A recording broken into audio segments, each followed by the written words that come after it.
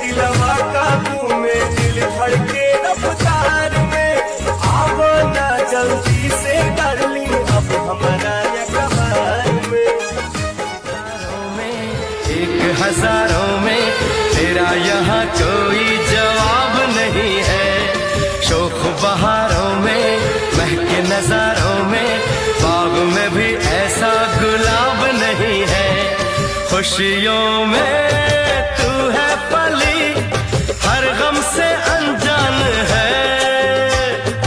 खुशियों में तू है पली, हर गम से अनजान।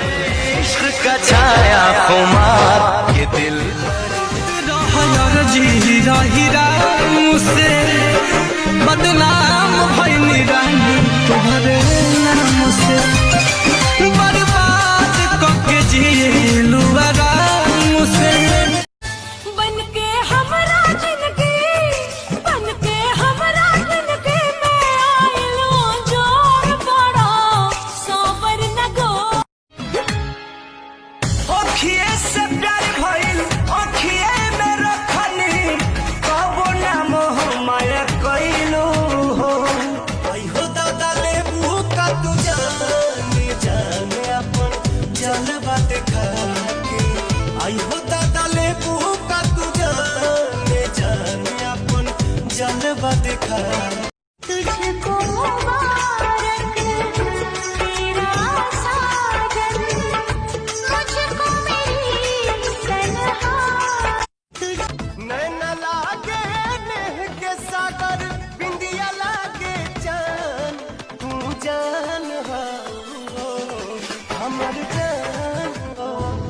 सत जिंदगी में काहे अगिया लगला हो, झूठो के राम जी। तू कहबू त जी अब वे रानी, तू कहबू त हम मर जाई। तू कहबा त जी अब राजा, तू कहबा त हम दिल तोड़ोगे कसम खा के कहो, मुझको अपने गले लगा। हंसी के बोलल ये जहां, दिलवा के तोहरा तू बढ़ी गइल।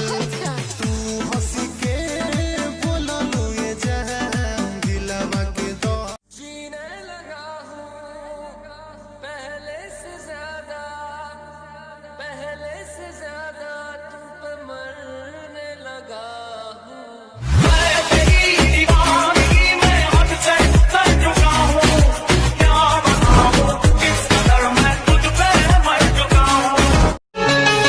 तेरे चेहरे पे अपनी नजर छोड़ जाऊंगा। तो हंसना कंट्रोल में होई, ऐसे उठाई बुझ दिल